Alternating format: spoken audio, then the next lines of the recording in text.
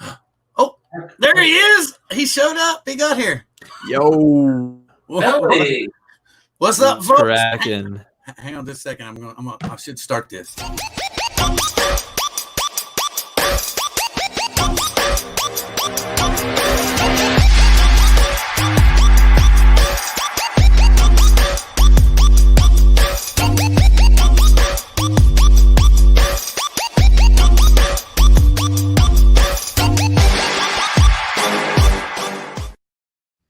Well, as you can see, our special guest, I don't want to call it constructive critiquer, but we'll say Mr. Kyle's come in to kind of check out the channels and give everybody some input on what he thinks about their channel.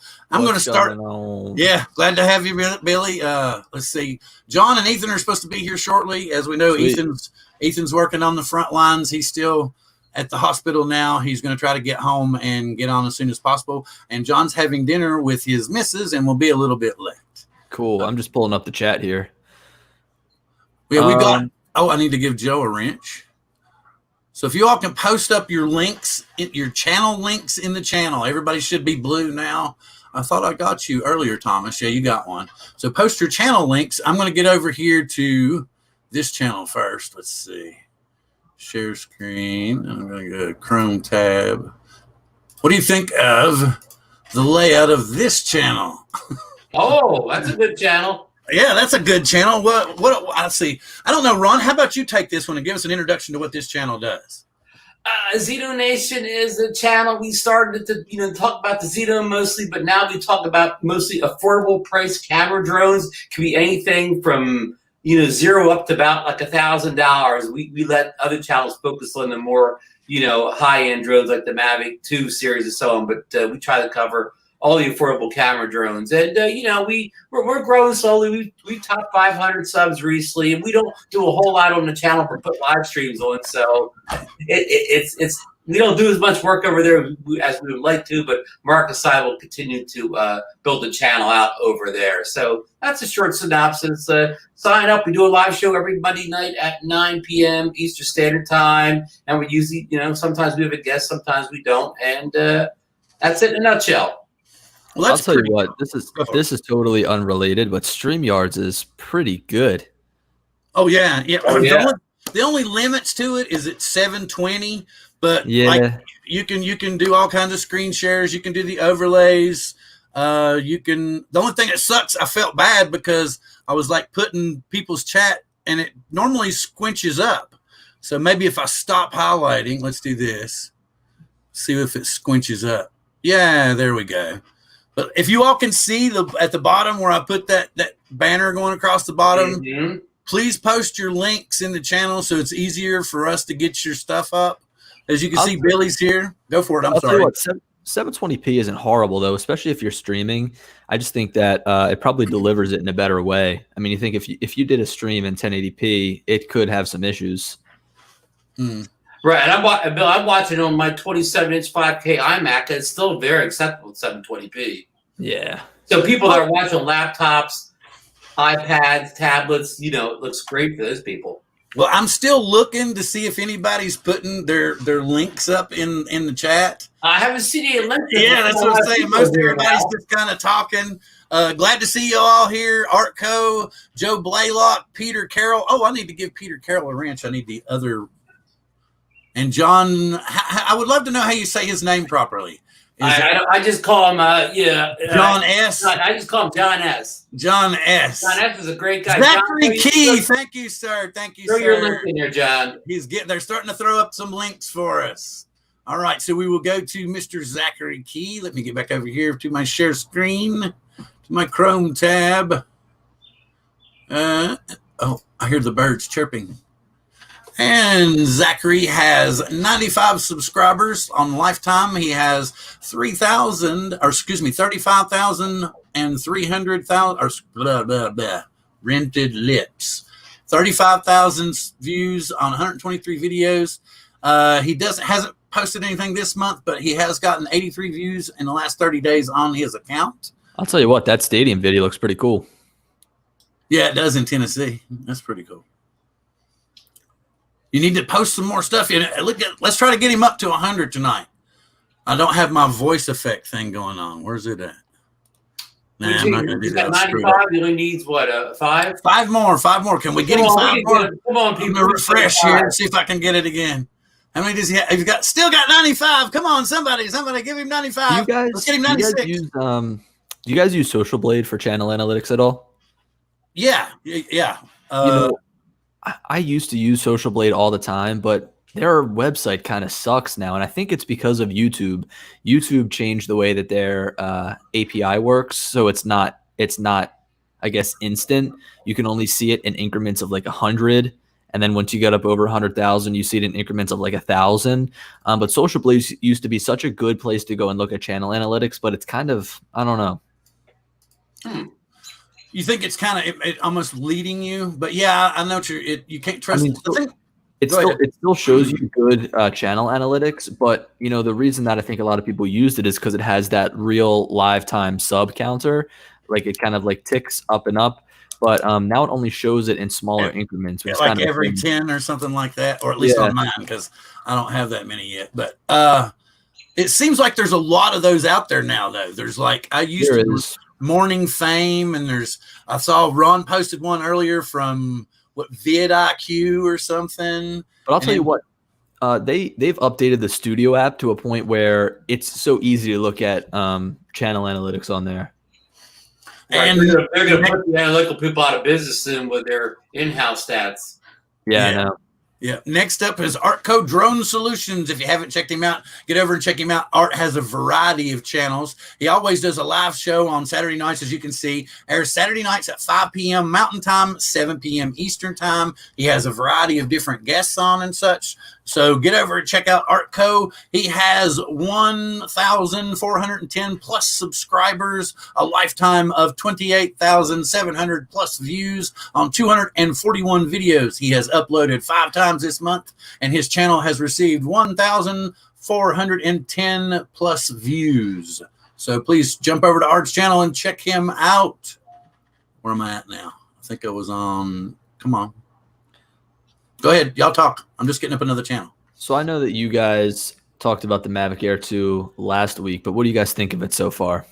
Oh, I was showing Ron some video right before we came on, man. It can't slow down the hummingbird. Why? What happened? My wife was throwing Frisbee in the backyard with Sparky and Bugsy. Yeah. I thought it would be cool to shoot because it really looks awesome. And then the bird looks like it's about 6 inches off the ground, and it turns and makes a beeline right for the drone and just shoots right past the top of it. And it doesn't slow it down at all. But yeah, I know exactly where it's at. I can bring it up later, but I wanted to get back to showing some people stuff. Yeah, do it. I think it was it Mel? Mel had his link up here at one point. Mel is up. We'll be up next. I'm trying to get to my shares. I know I'm running slow. There's 16 people going here. He's really slow, man. It's first time. It's cool, Billy. This is like the first ever drone therapy. Billy was on the show, so it's I think I may have watched it. Hey, to answer Billy's question, Bill, I was out flying one day. You were flying the Mavic Pro, the Mavic 2, and the Mavic Air 2 back to back, and I realized that I kind of like the way the Mavic Air 2 flies better than the Mavic 2. I'm not saying the camera's better, but just the way it flies, I think it just like takes off nicer. It just like kind of goes where my controller is setting it even better than the 2. I totally agree with you. And when you think about it, like DJI, every single time they come out with a drone, always gets better in some way. Like even when the Mavic Mini came out, I thought to myself, this thing might fly better than my Mavic 2. So it's always that software they're improving on the back end. But the Mavic Air 2 being so close to the Mavic 2 Pro, I don't know how to describe it. When I fly the Mavic 2, it feels like maybe like a little bit better than the Mavic Air 2, but because of its size, it feels a lot more nimble. Yeah, exactly. It's more like I got a sports car up there with the Mavic Air 2, and it's more like I got more of a muscle car up there with the Mavic. That's actually a good analogy, man. It does. Okay, and next up we've got 400agl.net, which is Mel for everybody that knows Mel. Mel has 1,260 plus subscribers, a lifetime of 105,000 views on 395 videos.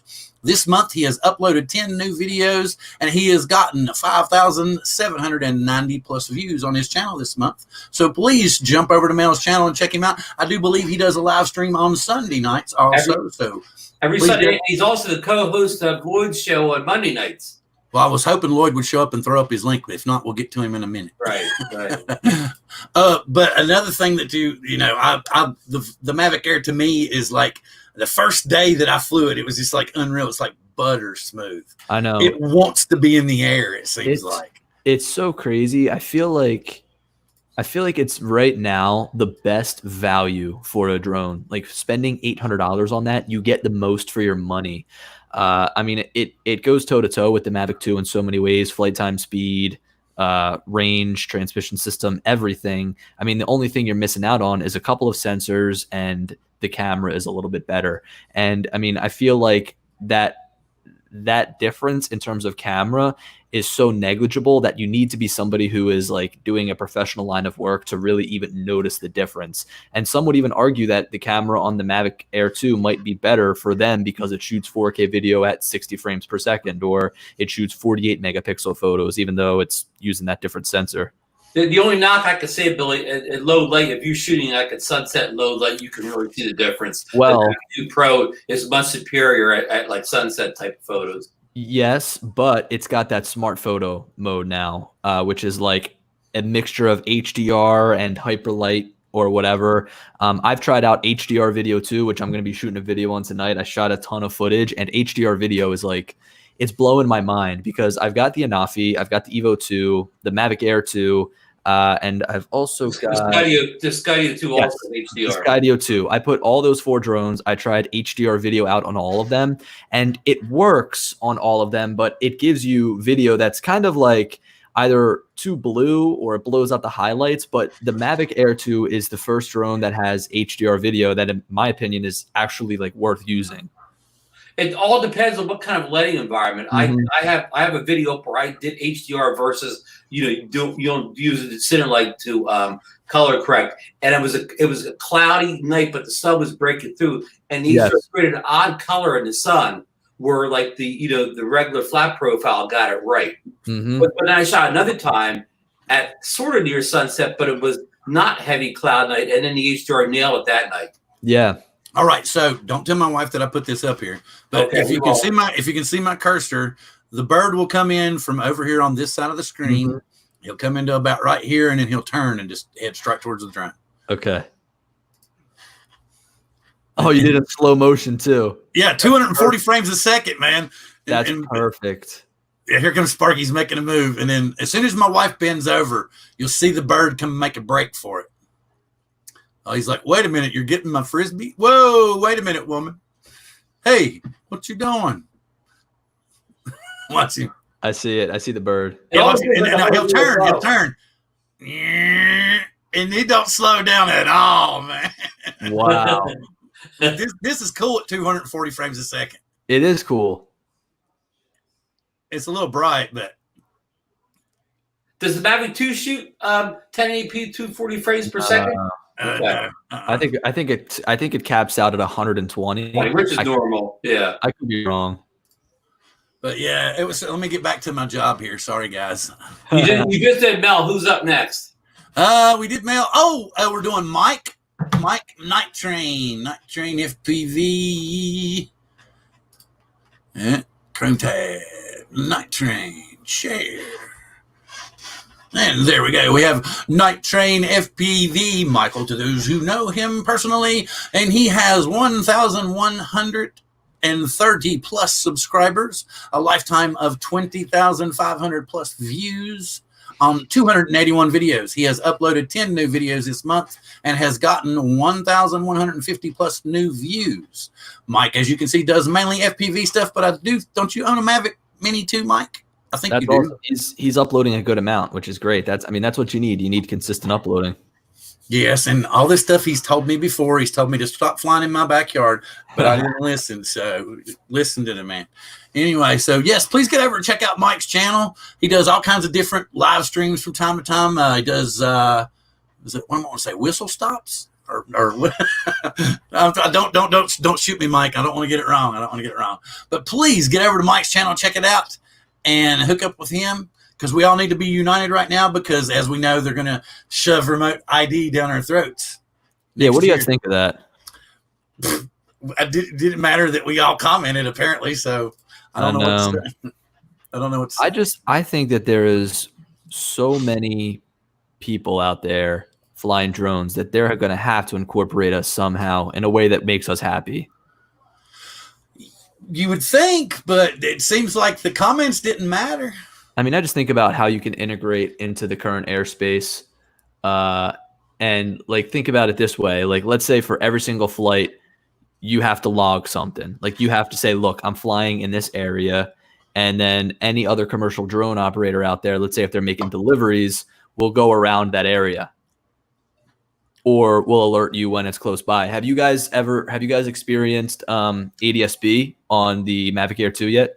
Oh yeah, boatloads, like It's three times today. It's so good. Like, that is the future of drones right there. They need to make sure that all manned aircraft have ADS-B. They need to make it a requirement.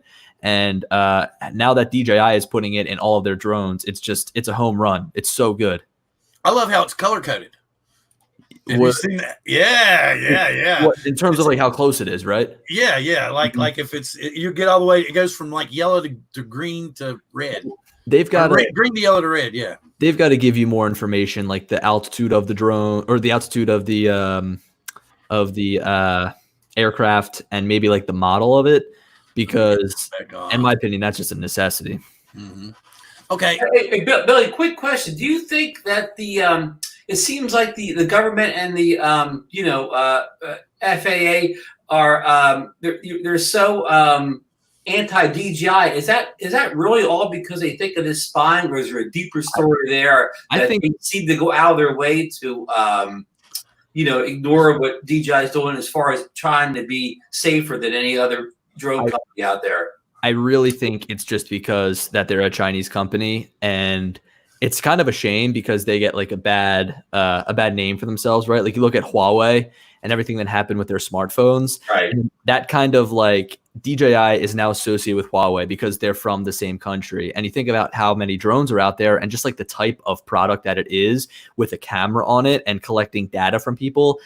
I understand where the fear is from there, but there's never been like a confirmed case of them spying or hacking. I mean, you think about Huawei, there was like something brand new coming out every single day about how there's spyware on their devices or something like that. But you've never heard about that happening with the DJI drone. Something that I always say is that you need to look at quality over nationality, because DJI, of course, makes the best drones for commercial aspects, right? If you're going to be doing search and rescue, there's just no other better option. I mean, maybe you could go with the Alta Levo 2, but again, that's Chinese.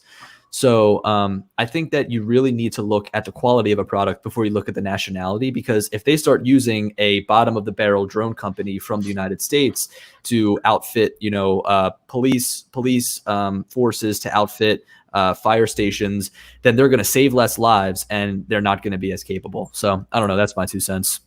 Well, pretty much every drone built, though, the internals are Chinese in one way or another, aren't they?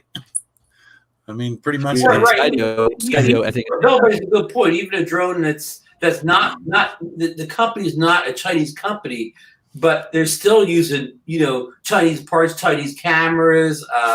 That's everything. The iPhone is made in China. Everything is made in China. Right. I mean, and what if somehow the Chinese put a part in here? It could spy. It'd be a much better spy device than a drone, because everybody has this thing. Yep. Very few of us have drones. This is every place. All right, sorry. The wheels on the bus are coming off. Y'all keep talking. I want to get Johnny Droneflyer up here because he actually typed in the chat. I agree with you, Billy. So we got to get him up here. So as you can see, Johnny Droneflyer has 137 subscribers. Lifetime, he has 1,970 plus views on 42 videos. He has 288 views this month, and he has uploaded 3 new videos. Looks like, what is that? A spark is his icon. He's got world's newest drone. You got me curious with that one now. Got 163 views. And he owns a Xeno 2, Bill. Yeah. So there you go. So he's talking about the world's newest drone. He's got a Mavic Mini Sunset going on over here. So please get over to Johnny Droneflyer's channel and check him out. And I'm probably 9 miles behind now. Y'all go ahead and back talk again. I'll see if I can find somebody else's channel. Billy brought the pictures from the Mavic Air 2 before, and the smart photos, which I agree with Billy. They're amazing. They're much better than your typical HDR photo that comes off cell phones and out of the drones. But what about the other? Of course, it has a single photo, it has bracketed photos, which most advanced drones do. But what do you think of the 48 megapixel photo that it takes? So I think the 48 megapixels look great. It's not a true 48 megapixels, but I do notice that they're sharper than the standard 12 megapixel photos that you get. I feel like the exposure is a little bit wonky with them. Like I feel like sometimes they're a little bit brighter than a regular photo that you would take. Not sure why that is, but there's 2 things that really upset me about the Mavic Air 2 when it comes to shooting photos. First of all, you can't shoot only raw photos. It's either JPEG or JPEG and RAW. I totally agree with that. I hate all those extra files. Yeah. So my thought process behind that is they want to be able to give you a JPEG so you can download it on your phone and view it, so you're not just shooting raw photos. That's my initial thought, but I just don't understand why you can only choose JPEG or JPEG and RAW. And also, I wish that instead of having 48 megapixels as this separate mode, I wish you could take advantage of the 48 megapixel mode when shooting smart photos and when shooting what's it called? Bracketed photos, right? Because I shoot bracketed photos almost all the time. I do too, just like I would on a real camera. Yeah. I mean, just shoot the photos, get the different exposures, and choose which one is better later. Because if you have a photo that's too dark and you're like, I wish I had something that was brighter, it's just a no-brainer. So for me, it just makes more sense to just shoot the brackets because I'd rather not have to deal with potentially messing up a shot. And sometimes I've manually bracketed the 48 megapixel photos, which is a pain. And of course, you can always choose to make an HDR photo later if you really need the extremes of the exposure. You need the overexposed one to get the ground exposed properly. You need the underexposed one to get skylight right. So an HDR sometimes is needed. You look at the Autel Evo 2, and when you go to shoot photos, you first choose the resolution you want those photos in, and you can choose. They've got a bunch of different options from like a lower resolution all the way up to the 48 megapixels, 8,000 by 6,000, and from there, you can then choose your shooting mode. So you can shoot bracketed photos, you can shoot like timed photos, you can shoot regular photos, which is nice. Now, those files are like 95 megabytes in size. So you're shooting like a half gig of photos if you're going to do a 5-shot bracket. But chances are you already are prepared for that. And you've got a large like 128 gig or 128 gig SD card. Right. Well, I'm still, y'all keep going. I've got Ron ready. You just whenever you're ready. I'm going to bring up RL Photography. Yes, Ron Lockwood, who's actually from, he used to live in Chester County, PA, Billy. Oh, really? Yeah, Ron used to live around Coatesville, I think. Oh, okay, cool. You know, I don't know where he's from originally. I don't know if he's from there originally, but he used to live there. And he used to work at the hospital in Chester County, right? Okay. He worked with a friend of mine, Andrea, back in the day, in the 90s, I think. Coatesville is like I'm not out there often, but I know that it's like certain areas are a little bit not so good in Coatesville. Right. But there also is a lot of really beautiful farmland out there, and like hills, mountains, stuff like that. Even in the Downingtown area, I love that area. So the rolling hills of PA. Yeah, I know, right? All right, so we've got RL Photography. He's got 424 subscribers. Lifetime, he has 19,800 views on 99 videos. In the last 30 days, he's uploaded 2 new videos, and he's gotten 339 views on his channel. Ron flies a variety of different drones. He actually flies for real. And he loves to do a lot of photography stuff. He's been into Luminar, kind of like myself and Ron have been here lately. Luminar's awesome. Yes. We've been hooked on Luminar for a while, haven't we, Ron? Yeah. Oh yeah. You know what? I use it for like a boring purpose for like real estate, just replacing the sky. But man, it is great.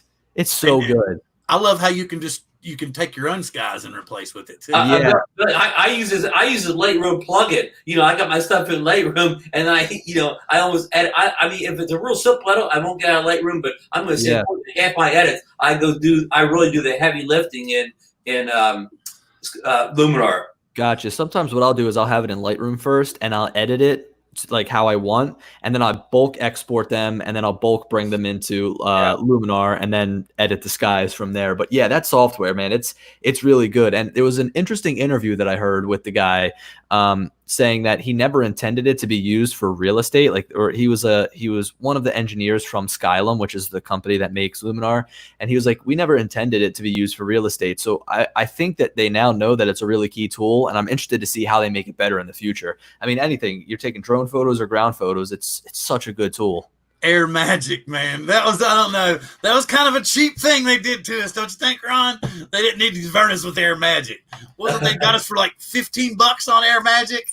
Right. Have you ever heard of Air Magic, Billy? No, what is that? It's specifically designed by Skylum for your drone photos. It will actually pull it into the AI, figure out what drone you took it with, and then filter it accordingly. Yeah, but it was like a $15 program they offered us like a year and a half ago, something like that, Ron? Yeah. And they haven't really done anything to it since. No, they just like, because everything that they've given us, they put into Luminar. I'm looking it up right now. Yeah, it's really, let's see. I've really wondered here. It's horribly bad. But not to beat the product too, but it does work well for people that don't want to get into the complications of Luminar. It is kind of a one push button solution to make your drone photos look better. So is it only for drone photos though? Well, you can throw anything in it. But it will sense the drone photos, and it won't really. I'm not sure. I don't think it'll sense a camera, but it will sense otherwise, it'll just throw the AI on it and do what it thinks. You can put any landscape photo in there. It'll do something with it. That's pretty it'll do anything with it. Okay, I've got Mr. Blaylock up next here. Let me get over to his. Hello, Mel. So we got Mr. Joe Blaylock coming up here. He has 47 subscribers, and lifetime he has 4,870 views on 139 videos. In the past 30 days, he has uploaded 5 new videos and gotten 178 views on his channel. Let's scroll down a little bit. River Life, can you spot the rowboat? Columbia River. What kind of drone are you using, sir? Let's see what you got going on here. Joe Blaylock, UAV and photography. It is a lot of fun flying and showing where I have been in my travels. I do it as a vlog. I travel for work, and this is one of the pleasures is after work getting to share the beautiful places I see with my friends and family. If you like what you see and want to see more, please subscribe to my channel. Pretty cool. I like that. Go over there and sub them up. Everybody go give Joe a sub. Yeah, let's at least get him to 50. He only needs 4 more. Come on, let me go back over here. We'll check out the videos. Link in the chat. Go sub them up. Wonder if this will give me a all right. There we go. Joe, we're going to give a brief look of your flight to the Columbia River just a week ago or 10 days ago. I like that. What were you flying here, man? I'm going to hit the big look at that. It's so much prettier when it's blue, isn't it? Leave that other one gray. The blue one's the one with the thumb in the air is supposed to be blue. Okay, what do you think about this? Could it? It's a great shot. Yeah, it's a good shot. I like the lighting and like the shadows in it. I feel like I can already tell it's shot with a Mavic 2 because of how warm it is. That's my initial impression. Oh wow, this is very cool. Yeah, that is cool. You go the Oregon side. And if you've ever seen the Columbia River Gorge, it's beautiful. Yeah, this is great scenery. Mavic Air. He did it with the Mavic Air. Mavic Air original. The original Mavic one. Air. Wow, very cool. Yeah, I could see that. That's very cool. Well, like I said, don't want to give you too much, or you won't subscribe. There you go over to Joe Blaylock's channel. I flew the original Mavic Air yesterday. Man, after you fly the Mavic Air 2, that thing is like, I don't know. It's so loud. I couldn't get it like 500 feet away without it breaking up. I felt scared flying it. Yeah. You didn't. And how about that one total opposite, where the Mavic Air 2 is like one of the quietest drones I own? I know. It's insanely quiet. I told you I sold mine, right? I think so. Yeah. Yeah, for $550. You sold it. You sold it at a good time. Yeah. I was just happy that I got what I got out of it. Yeah. Man. And all I had to do was get on the ferry right across the bay. Here you go. And that was it. And he goes like, "Did you know that they're coming out with a new drone tomorrow?" I said, "Did you go ahead and pay me?" and his mom goes, "Send," and I was like, I said, "Yeah, I know it's coming out tomorrow. Thank you, bye." But he didn't. He was saying something about he was gonna try to fly at the Olympics, and I was just like, okay. What? I didn't say anything else. I just said, okay. I was like, but this. Oh wow! I shouldn't. I'm glad I stopped showing this because it gets even better. Yeah, I'm glad I really cut that. Y'all need to go to Joe Blaylock's channel and check him out. I see that he's up to 48 now. He is up to 48. A couple people subscribed. He's up to 50. He made it to 50. Down to 50. All right, so I need to go back and check how far behind I am now.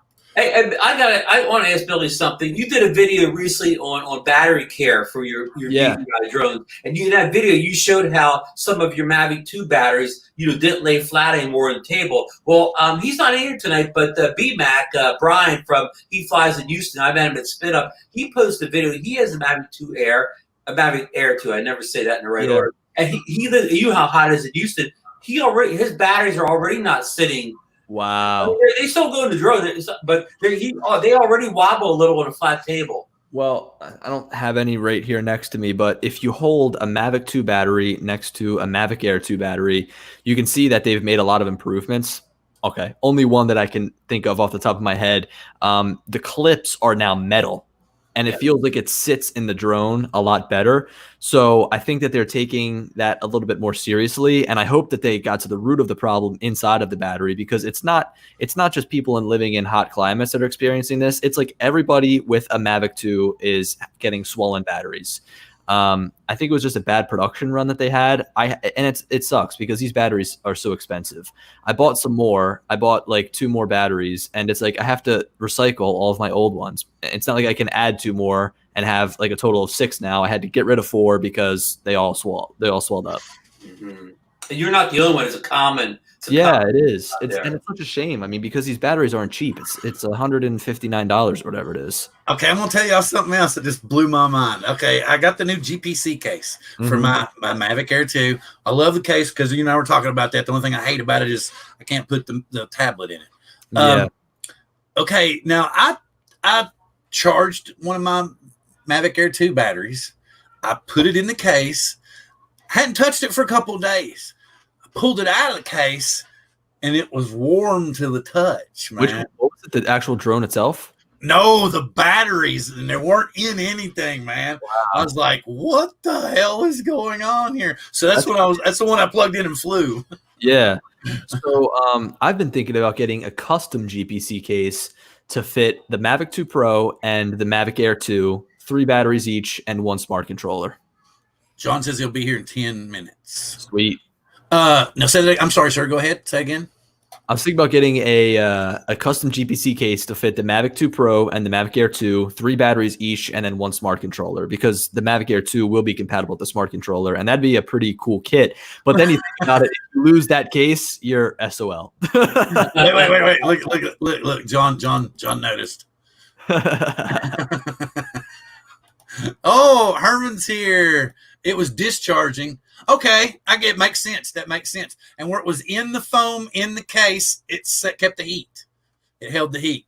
So and back to my other story, like Brian recommended that you take the battery out of the drone as soon as you're done flying to take some of the heat from building up inside. So if you're done to flight, don't leave the battery in the drone. Pop it out immediately. And don't throw it on a charger. Let it cool off. Right. Well, yeah. But I mean, even at your location, take it right out so it dissipates the heat faster, not stuck inside the drone. All right, I've got one more channel ready to go. John will be here in a minute. I'm just going to try to stay semi on what we're doing. I know we haven't had him here in a while, so it's going to be like and picking his brain because everybody's like wanting to ask a million questions. But I wanted to get the Grumpy Vlogger up here. He has 744 subscribers. Lifetime, he has 40,200 views on 746 videos.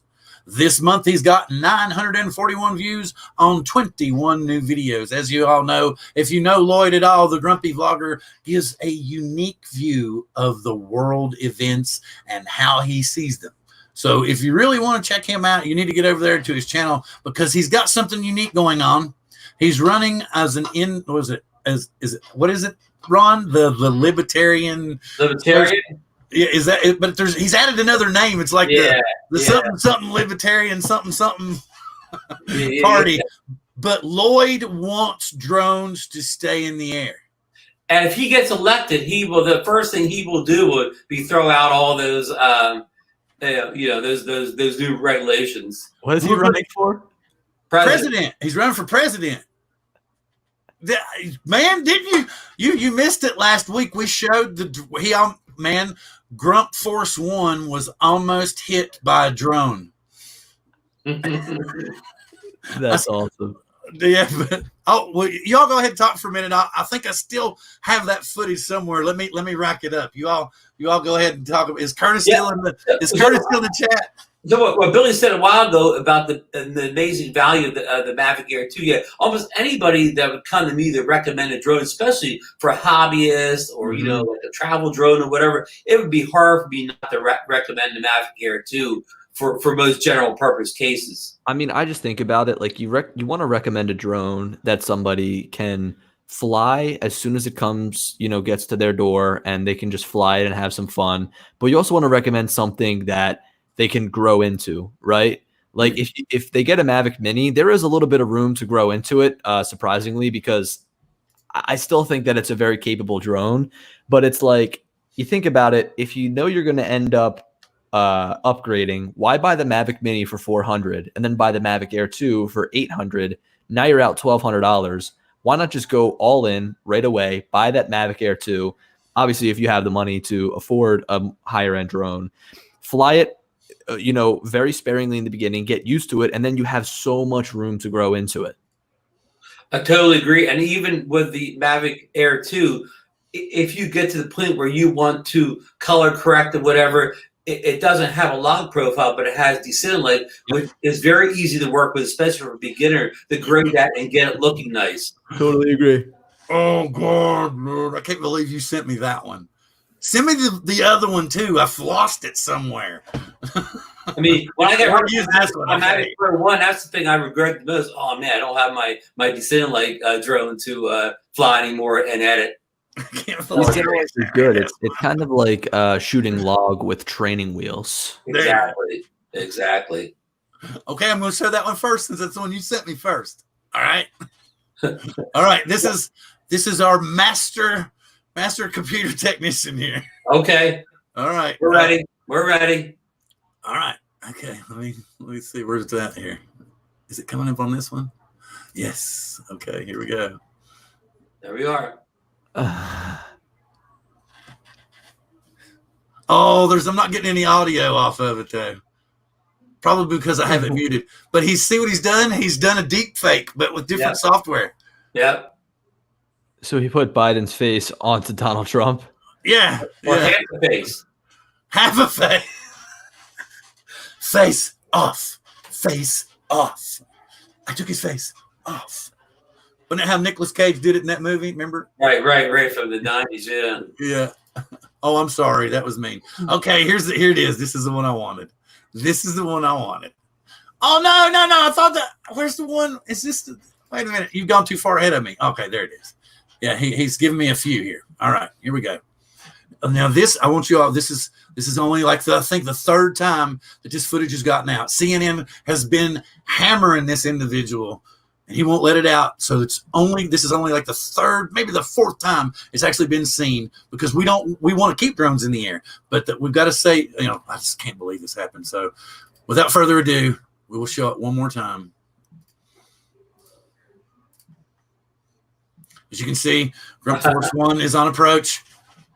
We can see the props wings over here in the left-hand side, and Grunt Force 1 is coming by with an escort. Oh my God, no! It was a near miss. So, and oh God. Okay. Yes, I will do this too. Since Lloyd's running for president, this is part of the Lloyd Mendenhall, or Grumpy Vlogger for President, paid for by the Grumpy Vlogger for President campaign.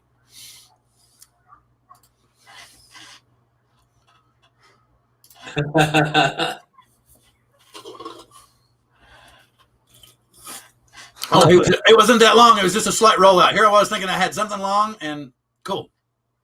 Well, I don't know where the guys are. I thought they were coming in. John was in the chat for a minute. I'm gonna send you a link here. I'm just waiting for it to upload. You have a good download speed, Bill? Yeah, you can. Well, you can actually just share the screen. See that at the bottom of your screen? You got a share screen. You can actually share your tab, and then we can just actually pull it from your screen into the feed. All right. Well, I'm gonna leave the heavy lifting to you and send you a Dropbox link. Oh, okay, that works. That works. I just sent you something. I put it in the chat here in StreamYards. Oh. So it's everybody's gonna get it now. I don't want that. Wait a minute. Let me see. I put it in private chat. Oh, gotcha. Yeah. So that's a difference. We were talking about smart photo and HDR video on the Mavic Air 2. One of those clips is no HDR, and the other is HDR, and the difference between them is pretty huge. Oh wow! Like, yeah. Sometimes I think that HDR video is like it hurts the footage. Sometimes like you'll be left with something that just doesn't look good. But on the Mavic Air 2, it's really good. Wait a minute. Okay, I think we're going non first. Okay, yeah, do the non HDR first. That's what. I think that's it. Yeah. Okay. Yeah. All right, here we go. Because this will give everybody a sense of what it would look like without HDR video. I'm going to tell you something now. This is your favorite parking garage. Yeah. It's right down. It's like 200 feet from me. Oh no! The thing about it is the thing I like about it is your view is much. Of course, mine's the same as it's one island all the time. There's a lot more places you can fly to with your. Yeah, you can buzz around different spots, which is cool. So okay. that was no HDR, and what the hell did I do this time? I'm gonna get it. Don't worry, we're good. I'm still good. And then we're gonna go with HDR. Yes, go dummy. Okay, back to the share. Has anybody posted any links from their channels? Sorry if I've screwed up and forgot about you guys. Lately. I don't want to get anybody. Keep on, Bill. There's no new links in here. All right, cool. So and this is with HDR. Yeah, I mean you can see so much more detail in the shadows. It's crazy. Even at 720p, you can. Yeah. Yeah, I mean it's night and day difference. Okay, now here's the thing that kills me. We got a friend, James Boyd. He has a channel and a group called Above and Beyond Drones. Okay, he keeps talking to me, and I don't understand it. He's talking about Rec 709 and Rec 2020. Yeah. Okay, and I have no idea of how to switch them around, or because they're telling me the only way you can do it is if you put it into Premiere Pro, and I'm like, well, Skydio says it's 10-bit color, but when I pull it into, I don't understand how to pull that out of it, I don't either. I know that Rec 709, they're like different color spaces. So when you shoot like HLG footage with the Mavic 2 Pro, bring it into, I use Final Cut Pro, bring it in Final Cut Pro, you go over to color space override and switch it to Rec 709. Yeah, but Rec 2020 is the 10-bit HDR. If I may be wrong, I don't know. Well, if Ethan has actually use Final Cut to edit true HDR video, kind of like you would with HDR photos or whatever, not the I don't know, the processed HDR we get from hitting the HDR button on these cameras. Hey, Bill, Darren dropped his channel, and our RPAS has dropped channels. We got 2 new links in the. Cool. Okay, I'm bringing stuff up now. Yeah. Okay, I got to go way down and then come back up, right? But back to Bob Casey. You put the Bob Casey. Excuse me. Go ahead, Bill. Grumpy Vlogger's trying to get to 800, so he posted his again. Okay. Let me get Darren up here, and I'm going to share Darren. I'm wondering if John's ever going. He might not show up. Who knows? I know Ethan was going to try to get home, but he's in. Speaking of the devil. Look at that, man. It's like magic, man. Magic. Yo, what's going on, Billy? It's good to see you, man. In a minute. And then some. John, fresh off his big. I aged so drastically in the meantime. Ron, you love that. You love to mention that, don't you? Well, I know. I'm kind of like, what do you call it? The Kevin Bacon thing. I'm 2 steps away from Ken Aaron, even though I've met Ken Aaron twice, but still, you've been. I saw Philly giving you hell the other night for mentioning it. Yeah. Hey, look, here's Darren K. He's got 69 subscribers. You saw it right here, live on Drone Therapy. I actually added the man. So he's got 60. Why did it not scope to 69? It said 68. I clicked it. It should say 69. Anyway, lifetime, he has 3,190 views on 15 videos. He's been very busy this month. He's uploaded 11 videos and gotten 3,190 plus views. So I guess his channel is pretty much brand new. He's got a couple with the Mavic Air 2 that's gotten a lot of views. And Darren K lives at the Jersey Shore like I do. Oh, we see he's done a Mavic Air 2 range test. Yeah. I'm more curious about this one, the Mavic Air 2 Chase. Oh, nice. That boat's moving, too. Or no, he's got, you speeded this up a lot, man. I was like, man, it's really busting ass. The Mavic 2 can fly. Oh, yeah, look at that thing go. Wow. Yeah, man. Look at the little rainbow effect there. That's kind of cool from where it still puts the mist. I love chasing after boats and stuff. That's like the best thing to do ever. Do you ever worry about being over water with your drones or nah? Nah, never do. No, never had one go in the drink. Well, there's this drone that flies itself that decided to go down into the drink. Yeah. To fly directly into the water. I know. That's why Darren K put me in timeout on Philly streaming the other night because I was being a wise ass. I will. Okay, so yeah, okay. He put me in timeout in the chat. I won't be subscribing to that channel. No, please get over there, check it out. You need to see the end of the chase. You're not going to believe how it came out. That's why I cut it off before you saw it. So please get over to Darren K's channel. I want to bring something up. Billy mentioned the Skydio 2 earlier. And how do you like the fact that on the Mavic Air 2, when it sees like a person or a vehicle, the plus buttons come up just like on the Skydio for you to track them? Yeah, so that actually happens on the Mavic 2 as well. When you enter Active Track, it'll find little spots. Yeah, and I actually think that the Mavic does a better job. Like the DJI Go app does a better job at finding subjects to track. I feel like it's more accurate. Right, and plus you said the Mavic 2 has a button. You have to enable something on the Mavic Air 2. You don't have to enable anything. It's just there. I haven't seen it yet. Wait. Sorry, John. Oh. Apology accepted. I'll get you just a second. That was funny though. I had to get that up there. Let me see. Talking about the Skydio 2, and I'm glad Ron brought that up. I'm glad you all brought that up. I had a few issues with the Skydio 2. Issues. Haven't we all? More than a few. Well, here's the thing I want to talk to you about. Their customer service is incredible. Yeah. I don't know if maybe it happens to be because, everybody's at home right now, but I would send an email and we would go back and forth sometimes 2 and 3 times a day. Mm-hmm. And okay, we've even got it narrowed down to what's going on. the exact problem, when it occurs, what causes it to occur, and he's already got the flight logs and everything, and an engineer's already on it. So it's pretty cool. Basically, what I was having an issue I was having a mode switch issue. Like I would be doing the 10-second intervals on my shooting photos, and then I was trying to stop that and switch back to regular video mode, and it would just switch to a gray fuzzy screen. Okay, the modes on that drone are so weird and so backwards. Like it's such a pain, and they don't save, so it always auto records every time you take off, which I understand because the drone's going to be tracking you, but still, I find it annoying.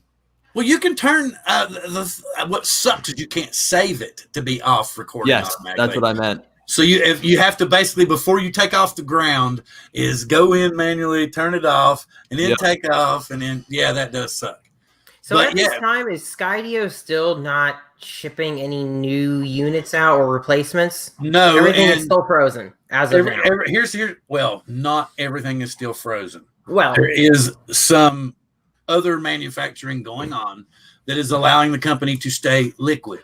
So there's not going to be any issues once they reach whatever phases and are allowed to go back to full manufacturing and have everybody back in California the way they need to. Then they're going to start kicking them out again. Okay. But the only thing right now is like they're hungry for everybody that's got the Skydios, because right now everybody can do everything with it, send them in all the data, and then by the time they're ready to go full production, they've got all the bugs worked out. Yeah. Right. Yeah. So that's why he was like. The most recent updates to the app update and the firmware update has actually caused me not to fly it much lately, because I've seen it not tracking me as well, and I've seen the gimbal shake issue on it now since these recent round of firmware updates. And I don't know if it's just me, but it's enough that I haven't floated since I saw it do that kind of stuff, and I'm waiting for the next round of updates to kind of back to where flying like it used to be.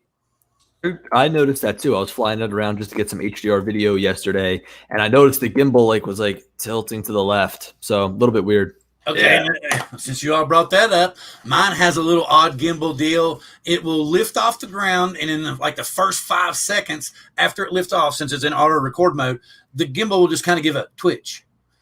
Yeah, and then it got, and nothing else the rest of the time. Well, I've been worried about that gimbal since the start, because I've had 2 of them now, because one went in the water. And the gimbal, the camera's pointed to the left when it's just sitting there, which is really weird. So when the drone follows you, it follows you at an angle. I don't know. I don't know if that's just a design flaw or what, but it's weird. Or like what he's talking about, and you have to take the gimbal guard off when you're charging it, and it kind of looks cook-eyed, man. Yeah, it'll go.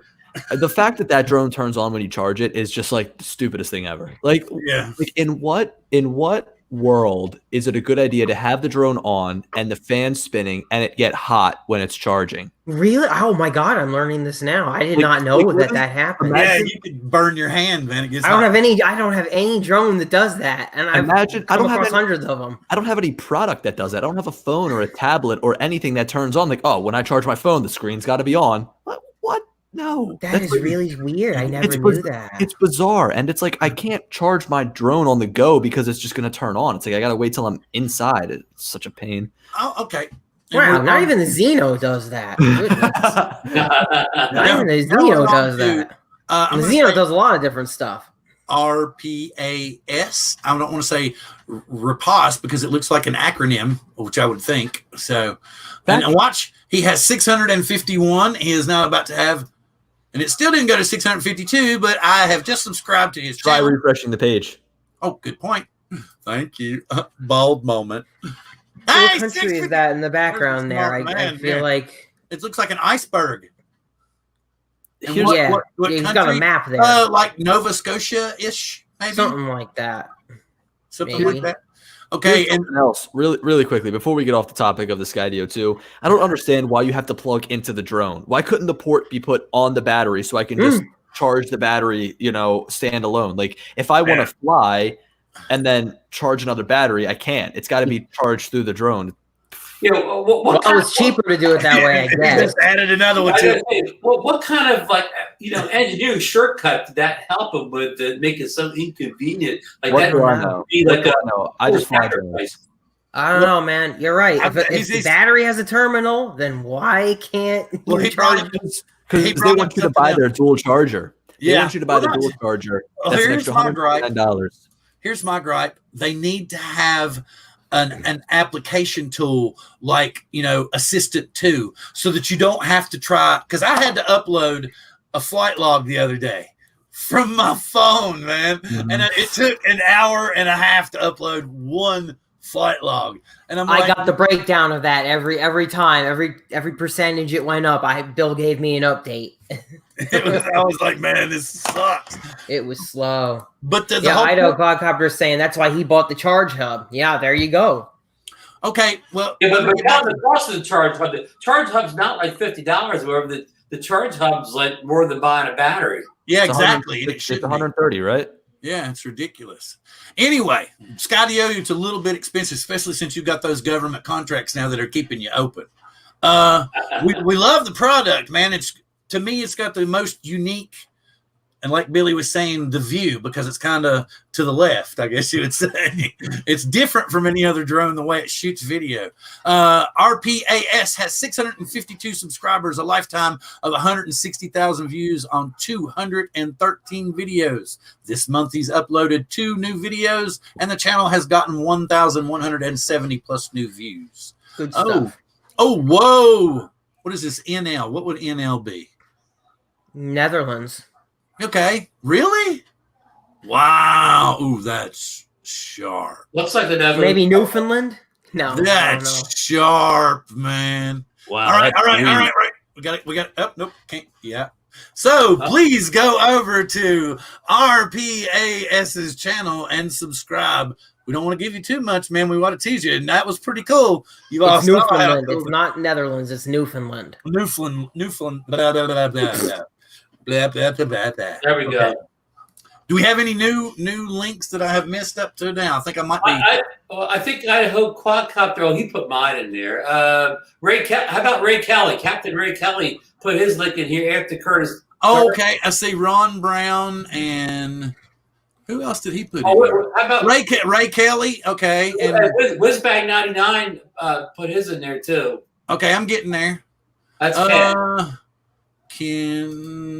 Ed's Whizbang and Captain Ray Kelly's Captain Ray Kelly. Here we go. Is this it? The winners in Sunny Where am I Florida. going here? Let's go here to. Let's get back to. So we got his. Oh, he's got the koi pond here. Yeah, he's back in New York now. He winters in Florida and is back home now. Oh, it Ooh. must be rough. That's cool. I like the koi pond. That's It is beautiful. neat as hell too. My dad used to have a koi pond. All right, and to check out his channel now. I think We that's Mini. Ray loves to fly the Mavic Mini. Very cool. So Ray's channel has 262 subscribers, a lifetime of 28,200 plus views on 237 videos. This month, Ray has uploaded 3 new videos with 976 views new coming to the channel. Please get over and check out Ray's channel and subscribe if there's anything there that you find of interest. Plus, Ray is a loyal fan of many of the live drone shows weekly. Very cool. Very cool. Who did you say Curtis put somebody in? Did he put you in? Curtis put maybe a video up, maybe not somebody's channel, but No, he's got. I see yours right here. It's underneath Ray. Whizbang put his channel up. Okay, let me get down here. Don't Fool put his channel in. Okay, now, and I got Mike old guy on a Rosen. bike. Let me get. I'm going back. I'm going to look here. I got old guy on a bike. I got see drum pool. I see drum pool. I see Mike. Oh, stop now. See Mike Roche. Where did I had to miss Whizbang? I need to get back up there to Whizbang. There's Herman. I know Ethan's not here yet, but Ron and Billy, while Bill's looking for that. Oh, there's a setup.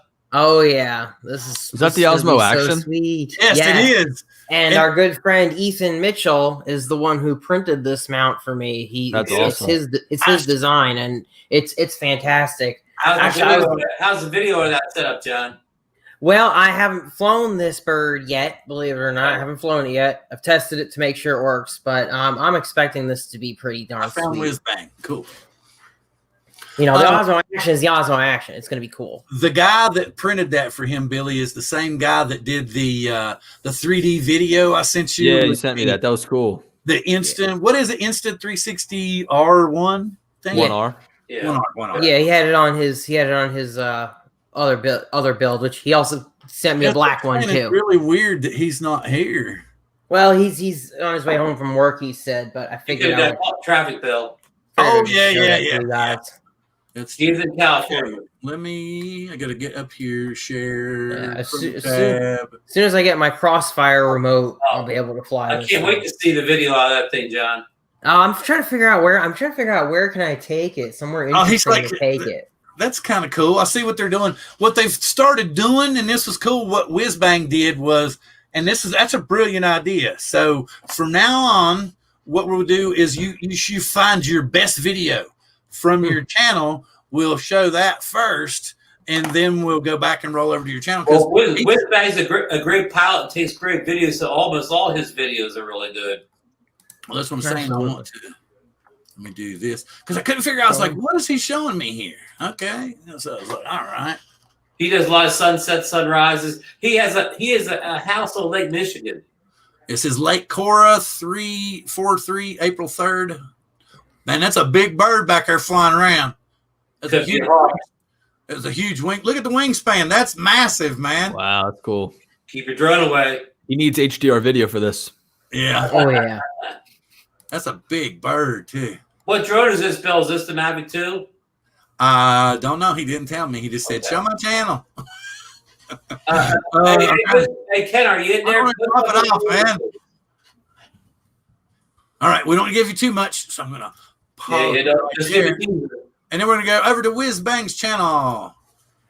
And Whizbang has 392 subscribers, a lifetime of 14,700 views on 162 videos. He's been rather busy with work this month, and he hasn't been able to upload, but he has gotten 173 views on his channel this month. And if you like that stuff, get over and check it out, because I'm sure he's got plenty more. I tell you, type of guy Ken is Whizbang. I met him at Spin Up, right? He gets out of the elevator. He says, "Oh, Ron, I know your channel and blah blah blah." And I said, "Oh, great to meet you, Ken." I said, "You want to come to lunch? We're gonna go over and get some lunch here." He said, "No, I've already got 4 locations scouted out. I'm gonna fly before the tonight or whatever." And I was thinking, man, now I'm going to lunch and you're gonna fly 4 places. You're a diehard drone pilot. Oh wow. There you go. Next up, we have old guy on a bike riding retirement roads. Got a different variety of stuff on here. Oh, he's got Paradinafi. Got it. Look at this. Look at this. A 501 over here. Oh, wow. A Hubson. So he's got a little bit of everything going on over on his channel. Right now, he has 1,550 plus subscribers on 203,000 views on 172 videos. This month, he's uploaded 4 new videos, and he's gotten 12,800 plus views on his channel this month. Please get over and check out his channel. Old guy on a bike. So y'all go ahead. I mean, anytime that really? Holy cow. He finally got here. Ethan! Oh, man. Look at Hey, how's it going, guys? He's still in his scrubs, man. Still in his scrub. Yeah. Still in his scrubs. That's dedication. I still got COVID on me. No. Oh, Wear your mask in, Ethan. I know. Billy, nice to meet you for the first time. Yeah, nice to meet you too. Bill sent me the video of the FPV drone you're flying with the 360 camera on the front. That was a great angle. Yeah, I pulled it out with me just to show everybody the mount that I made. Yeah, I'd be interested to see that. Oh, cool. That's the mount. So it's a little, it little looks carbon fiber. It almost carbon fiber tube right there. It almost looks like the camera's positioned so much further away. Right. Yeah, that's awesome. it. The quality on the Insta360R, since they've done all the updates to it, is like way better than what it was when it first came out. So Which one are you using? The 1R? Yeah, the 1R. I bought the twin edition when it first came back out back in January. Yeah. When I first got it, I was rather disappointed because it was just very glitchy. I've heard a lot of people image- saying that about that camera. Yeah, the image quality was good, but not quite there. I thought it was just as good as like the Hero 7, but now with all the updates that they've done to it, it's not nearly as glitchy, and the image quality is like way good now. I've definitely put it on par with the Hero 8, definitely. Wow, that's awesome. So hey, Bill, I'm putting a link here in the chat. This is my buddy Steve Edwards. It's a tugboat video he shot in Philly. Steve's a great real estate photographer. Yeah. Oh yeah, I got a surprise in the mail today. Was it something from Cuba? Oh, you did it! You're like, no, I'm not going to get one. I'm not going to get one. know. Get it, yeah. Did it come by accident, Ethan? I think it was supposed to go to somebody else, but it just found its way to me for some reason. That happens all the time, yes. Because I'm a DJI hater, so Oh yeah, yeah. I'll be honest with you. You missed it earlier. He was who was it that was talking about somebody saying that maybe the Mavic Air 2 potentially could replace the Mavic 2 Pro. I heard that somewhere.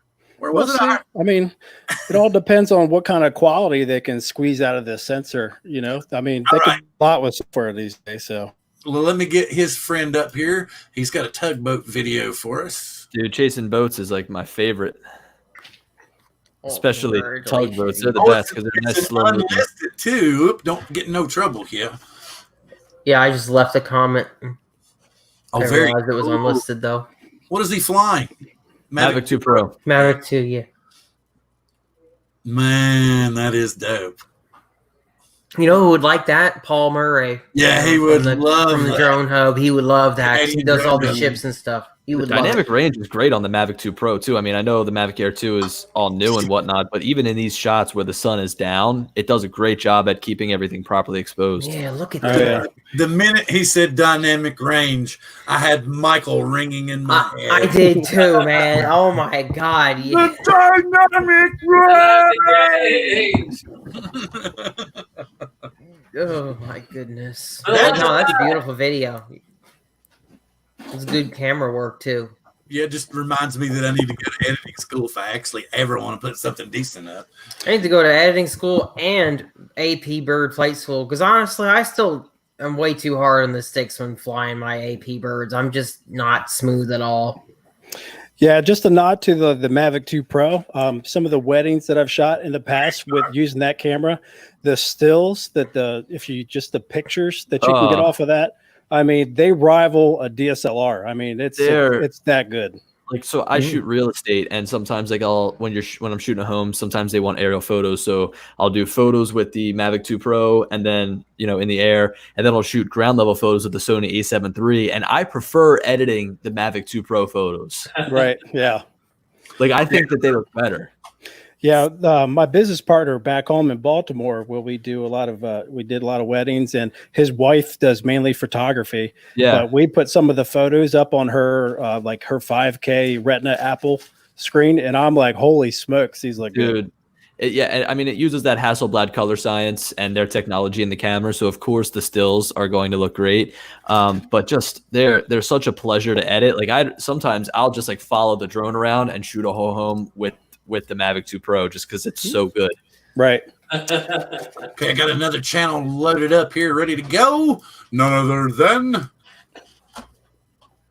Mike Roche Media. That's a great banner, man. I'm gonna tell you right Yeah, now, it is. It's beautiful. fantastic banner. I love that banner. Lifetime, he has 19,200 views on 68 videos. This month, he's uploaded 2 new videos and gotten 768 videos on the channel. Oh, what have we got? Oh, this was actually cool, but it's kind of doesn't have to do with drones, but I think I'm going to throw it up here anyway. I need to start it over because I was watching it. It's so cool. I wish I had the audio up. Can you turn the AC down? But That's a great shot. It's kind of like take me out to the ball game, and he's talking about how all the sports places are closed down, and he's got a really great audio with it, and it's phenomenal. But again, I want you to go to Mike Roche Media and subscribe. So please get over and check out his channel. Absolutely. Mike's from Syracuse, New York area. Here's something interesting to bring up. I tweeted about this earlier. I don't know if you saw, but the Autel Explorer app got an update today that allows you to increase the maximum flight altitude to 2,640 feet, which is 800 meters. So they increased it by 300 meters. So it was just like DJI's drones, how you could only fly 1,640 feet high, but they basically added 1,000 feet. Interesting. Now, why would they do that? Like, I don't. Somebody Interesting move. Somebody commented on my post saying that it's because, or they said now the drone can be properly used to inspect power lines. I don't know of any power line tower that goes over 1,000 feet. You know, the only scenario I could think of would be like somewhere maybe where like mountainous, where like Sean lives. Or maybe in Alaska, where you got power lines that go up a mountain or something. So if you're at the base, we're talking about a tall pole on top of a mountain, which totally makes sense. But even then you're probably talking over 3,000 or 4,000 feet high potentially. Right. So I don't know. Someone pointed out and has discovered the answer to the mystery of how Ethan got the Mavic 2 Air. Well, that's probably very accurate. I was actually saving up for the Autel Evo 2 Pro, but I haven't been 100% convinced with everything that I've seen so far. Here's the man to ask. And that's a big investment, Here's the man to ask right here. Ask him about the bird right here, Ethan. Go for it. It's pretty damn rough. Rough, yeah. I mean, do you have the Pro or the 8K? I've got the 8K, but regardless, it's the same airframe. And I made a video about like the one problem with it. It's like when you're flying the drone straight forward, it just ticks to the left and it veers to the left. Like the entire camera, the entire frame literally will turn 45 degrees and then come back. And it's like if you have one opportunity, one chance to get that shot of a boat or of a train, or if you're filming something that is, you only have a short opportunity to film that thing, you might not get the shot just because it's very, very wonky.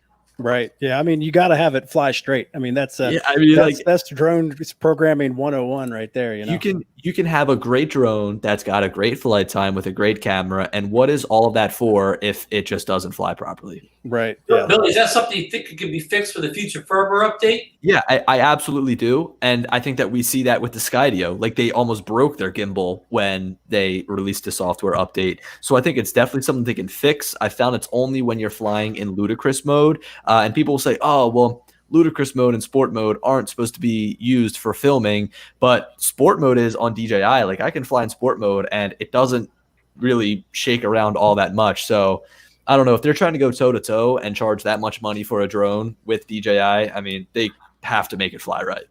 Yeah, I still think just from what I've seen so far, I mean, I haven't really seen a convincing video to convince me that the quality is way better than the Mavic 2 Pro yet. Yeah. But I mean, flying wise, it's got to fly good, especially at that price. It's better to fly perfect. I know, right? So, and also what turned me off. Did the Evo 1 have any flight issues like that, or is this something to the 2? I think it did, and I think that actually makes it worse because if they have these issues with the Autel Evo 1 and it carries over to the Evo 2, I mean, what are they doing? They're not improving it. Yep. Yeah. I can say the Evo 1, because I had it for quite a long time last year. The pan axis, the yaw axis was so twitchy. And you couldn't turn it down like you can in the DJI 4 app, but you had to be super, super sensitive on the yaw stick or else it would like pan really, really quick. And it was just really hard to get a smooth move with that. And there's nothing you could do about it. Everything about the drone just feels very touchy. And just like you said, the Explorer app doesn't give you the right tools to make the adjustments as you need to. Like the Go app gives you so many different opportunities to change the EXP settings, the sensitivity settings, the brake settings, the gimbal pitch settings. The Fly app, unfortunately, doesn't with these newer drones. Luckily, the Mavic Air 2 flies pretty good out of the box. But, yeah. Going back to the oh, sorry, go ahead. I wanted to ask real quick about the Autel Evo's height. What did you say it was? We'll get back to the channels in just a moment. So it's 2,640 feet is the maximum height.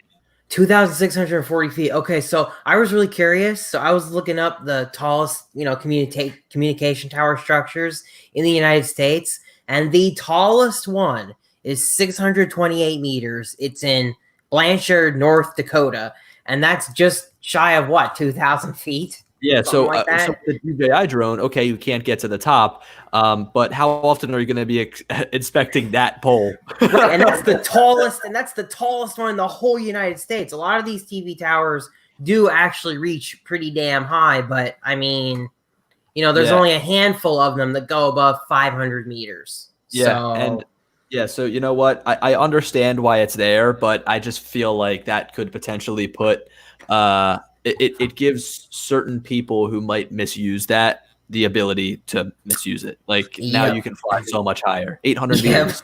Like it's crazy. Yep. So rather than waste of time making it fly higher, they should have worked on the flight controllers. Yeah, exactly. Right. Oh, Maybe so. Hey, listen, Bill's trying to get back to the channel thing. He's got Phantom Flight 101. I'm overjoyed that but I feel I want to try to get a couple more in here. New people come in. I see Robert came in and everything. Anyway, I wanted to tell Herman, man, the updates to the channel look great. See, look at the banner. The banner is new. And we got the Obsidian over here. We got the Osmo Pocket. We got the 2.0 over here. I like the. Oh, he's even got the PayPal as his only banner button up there. I really like that. If you're going to go to my channel, there's your PayPal hookup.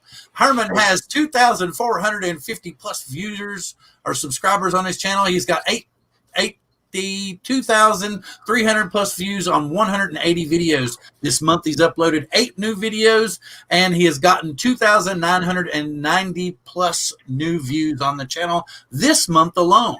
And something cool, I've seen Herman kind of working around for a coin phrase, and I thought, don't get mad at me if I don't say it perfect, but let's see, what is it? Put the drone in the air and get some shots. Now, I'm about to put the drone up in the air and get some shots, but that's Herman's tagline. I think that's what it is. That one video there, flying the blue slip Brooklyn, that was a great video. Yeah, I watched that one. Look at the thumbnail here. Here it is. See, I'm about to put the bird up and get some shots. That's it. So please get over to Herman's channel. If you don't know, he hangs out with Lawrence, Mr. Novice Quads quite often. They do a Wednesday show. They did one earlier today on their here on Phantom Flight 101, and then on Sundays they do another one on Novice Quads. So you can check them out both on Wednesdays and Sundays, and they both regularly upload. Lawrence is really heavy into FPV right now, and Herman still loves his camera birds like people with motion sickness. Speaking of Phantoms, Marcus Idaho Quadcopter has a question for Billy Kyle. I can't even talk. See, we're all just starstruck. I can't even talk. Yeah. Dude, you missed it for like the first 15 minutes. I didn't even know what the hell my name was. I see it.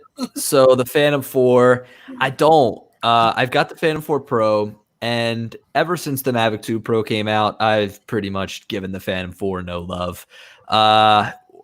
Okay, there's two differences: mechanical shutter and 4K video at 60 frames per second. But that's not enticing enough to make me carry around a drone that's 3 times the size. He heard us earlier, man.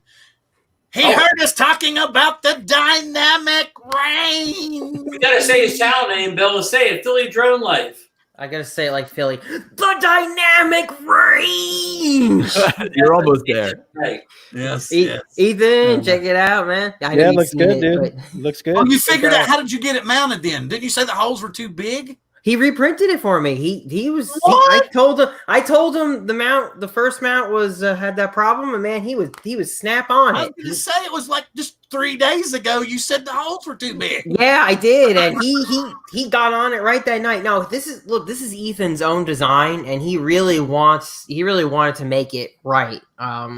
Yeah. Are you putting that out for people to download, or are you maybe thinking of selling that mount? They gotta subscribe and send me an email. Oh, you gotta subscribe and send an email. So if you want this special mount. Speaking of which, there you go. If you really think that's cool and you want to get one, then you need to get over to none other than, and yes, Dan, I'm still going to get to you. I haven't forgotten you about you, Drone Pool, but right now I'm going to go to, because we're on that subject right now, we led into this perfectly, Mr. Ethan Mitchell's channel, the gentleman on my screen. He's on the bottom. I'm not sure where he is on yours. He has 2,350 plus subscribers, a lifetime of 178,000 views on 41 plus videos. This month, he's uploaded one new video and gotten 6,280 plus views on the channel this month. The HDR video was really cool. Oh, really, so really that cool. segued into what you got. I heard you guys when I was in the truck driving home. I heard you guys touch on HDR, and I could definitely help anyone that's interested in getting into that. I can help you out. We still want to go. I think we could waste the whole show, maybe 2 or 3 shows on it. Yeah, it's actually kind of like, because there's a whole bunch of like HDRs out there, and figuring out what everybody's actually looking for is kind of complicated. But once you understand what's going on, it's actually not bad at all. Ethan, did you get to see the dynamic range on the Mavic Air 2? The HDR video mode? I haven't flown it yet. I've seen your videos, I've seen Sean's, and I've seen Ken's videos, and it looks really, really good. So, but Dude, we'll see if it's real HDR, like the 10-bit, the 2020 color space. We'll see if it's that. You point it right at the sun, and it's crazy. It does a really good job at mitigating the shadows. What blows my mind is when you switch it to HDR, it's just so much more detail, and everything just goes. Yeah, it lights up. You're just like, oh wow, I can see a ship going across the bay. Yeah. Hello. Because on these, I'm really curious to see how it does, because the HDR that you see on like the Osmo Action, the Paradenofi, the GoPros, and the Insta360 even has a GoPro or a HDR, look to it. But it's not like what we would consider like true HDR. Like it's not HDR like you're seeing on Netflix with your HDR 4K television. That's not what it's doing. It's almost like a bracketing effect for video where it's filming 60 frames a second, one at a overexposure, one at an underexposure, and combining them into like a 30 FPS timeline. That's why you can't change the frame rate. That's why you can't change the parameters. You can't change ISO or any of that stuff, because it's doing everything automatic and doing like a kind of like bracketing for photo, but doing it with the video. So now, I see with the Mavic Air, you only get the opportunity to shoot 4K or any resolution at 30 frames per second with HDR. And that's with all of them. Like the Paradenofi is the same way. The Osmo Action's the same way. The GoPro is the same way. Ethan, is the Skydio 2 does 4K 60 and HDR at the same time. So we don't even know for sure. Okay, go ahead. I'm sorry. To get true HDR, like if you if you take an HDR compatible device like iPhone 10, a lot of the Galaxies have HDR screens, a lot of televisions. So if you got any of those and you watch a YouTube video that gives you the option where you have the different resolutions for HDR, that is a true HDR video. And there are some minimum requirements for that. It's got to have 10-bit color, and it's got to be in a Rec 2020 or 2100 color space. Gotcha. To do that. And you can take GoPro footage and put it into an HDR timeline and make it HDR, but it's going to look terrible. Because basically what the HDR is doing, it's taking because all those cameras, your 8-bit cameras in the Rec 709 color space are filming from 0 to 100 nits with 8-bit color. And when you put it into an HDR timeline, it stretches that 100 nits to 1,000 nits. And it also interpolates 10-bit color, which simply isn't there in an 8-bit video. Makes sense. Good info. It looks terrible. That's why the Mavic 2 Pro is really, really easy to do HDR content with, because it's got HLG. And the HLG is automatically a 2020 color space, and it's 10-bit. So when you pop it into an HDR timeline in Final Cut, it automatically recognizes it, and it looks great. You barely have to do that for Adobe as well. Let me do 2 things real quick. Let me get up here to get. We can go back to HBR, but I've got 2 channels I need to bring up. And first off, I got to show this because I couldn't help it. Look, oh my God, I would never blow Billy off. He's always shooting a video like me. Us stars, cough, cough. It's hard to get time off. Oh my God. Yeah, I saw that. Billy was calling you out, Mikey. Why you blowing Billy off? You're blowing He's off always the great blowing Billy me off. Kyle. Yeah, but the thing about this is then he'll come and get on it to do a live stream and go, I was supposed to go meet Billy today. And it came up and I just didn't get to go. You know. Yeah, he probably wants to get up with you, Billy, because he's got a new invention. He just showed off on What his is show it? the other night. Ron's in rare form too. Ron's already got him with the comeback. Ron knows about the invention, right, Ron? He can maybe tell us all about it. Oh, I don't know. Ron's already got it out here, man. Maybe Look Billy at doesn't want Billy Kyle to know about it. All right, I gotta do this. This is Dan Nye, drone pool. He does fly a Hubsan Zeno, and he also flies a lot of FPV stuff. So as you can see, drone pool. His niece has created the graphics and stuff for him. I think she may have even done his new intro for him. He's got 1,340 plus subscribers on 159,000 views on 485 videos. This month alone, he's uploaded 7 new videos and gotten 3,130 plus new views on the channel. So, like I said, you're going to see Hubsan Zeno on Swinging Bridge, some FPV stuff. Bill, check out his newest video, or any of you guys who have a Zeno. He did an experiment where he tried doing some FPV with the Hubsan Zeno. So Yeah, definitely check that out.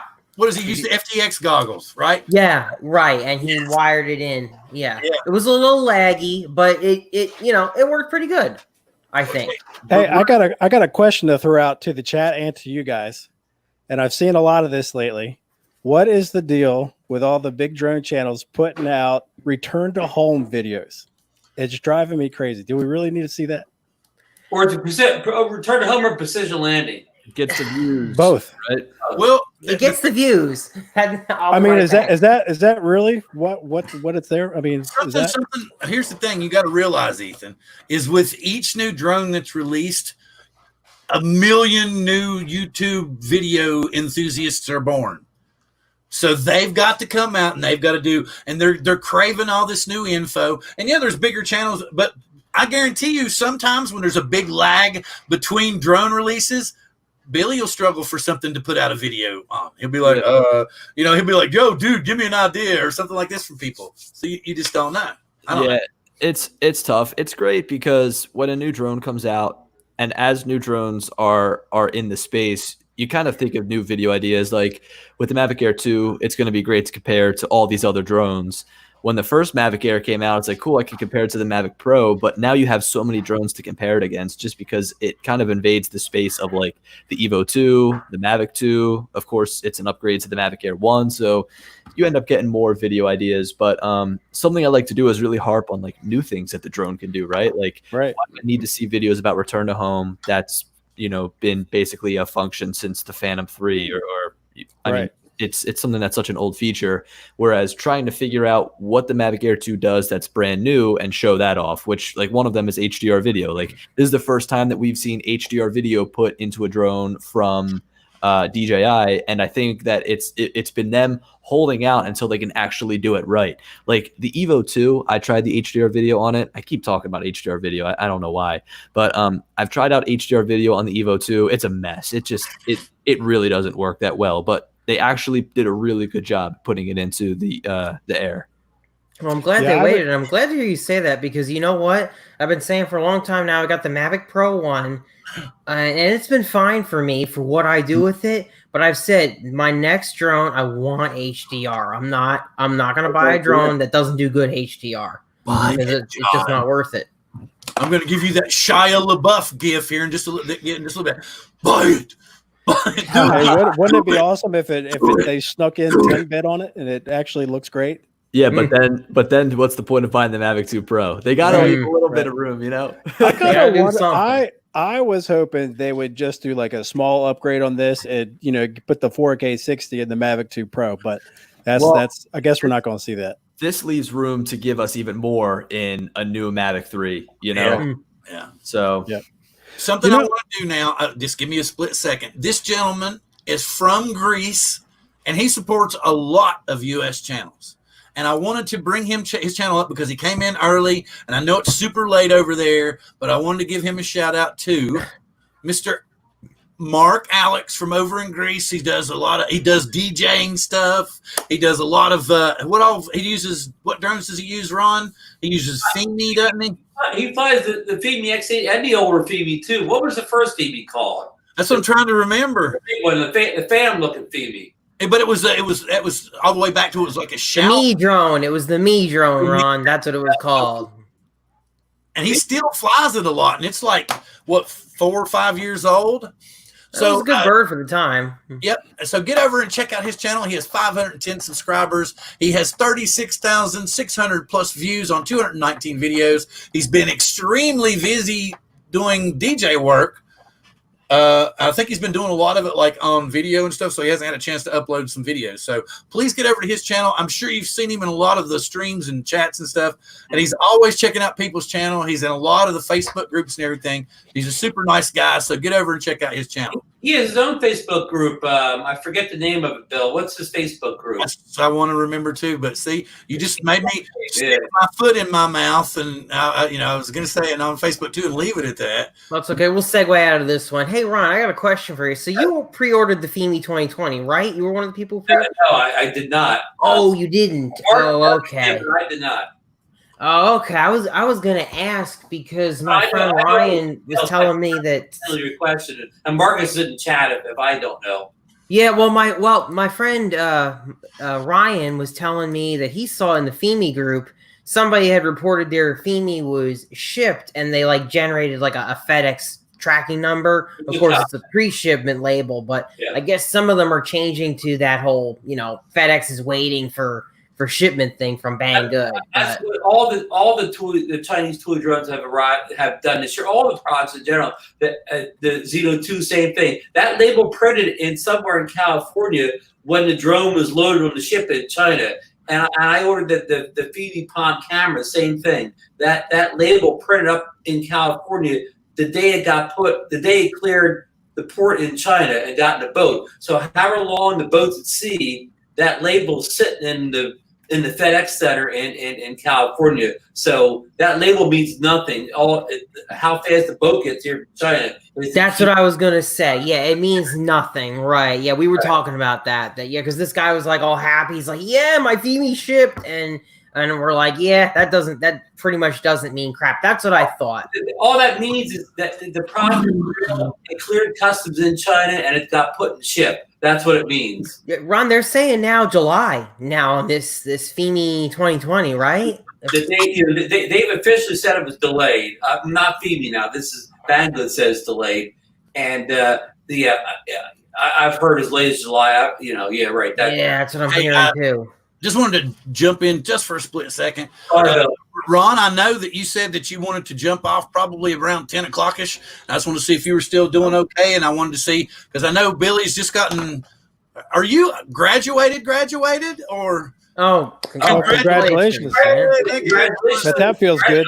Congratulations with that and everything. And I didn't know if maybe you had some plans or you needed to get off. I just want to check with everybody to see I've got another like 10 minutes. I want to try to shoot a video before I go to sleep, but yeah, I got like 10 more minutes to hang around. Cool. Okay, Ronnie, you all right then? Yeah, I'm going to say my good nights. I had a little sinus infection today, and I slept a bit this afternoon, but I want to get like a real good night's sleep tonight. So I'm going to say my goodbyes to everybody in the chat. We had, just a great group of people in here. A lot of names we know, the names that go around to support a lot of the live shows. So I want to thank everybody for being in here. And I want to thank Bill for having me on the show again, and for our regular co-host, Ethan and John Cuppi, for all the support they give me, and our special guest tonight, Bill and Kyle, for coming in.